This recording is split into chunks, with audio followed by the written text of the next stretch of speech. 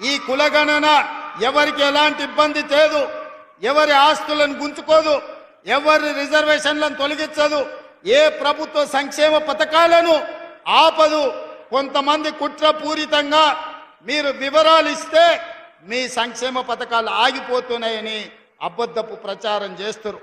ఈ కులగణన మీ సంక్షేమ పథకాలు పెంచడానికి, మీ రిజర్వేషన్లను పెంచడానికి, ఆర్థికంగా మీకు ఇంకా నిధులను ఎక్కువ కేటాయించడానికే తప్ప ఏ ఒక్క సంక్షేమ పథకం తొలగించడానికి కులగణన కాదు.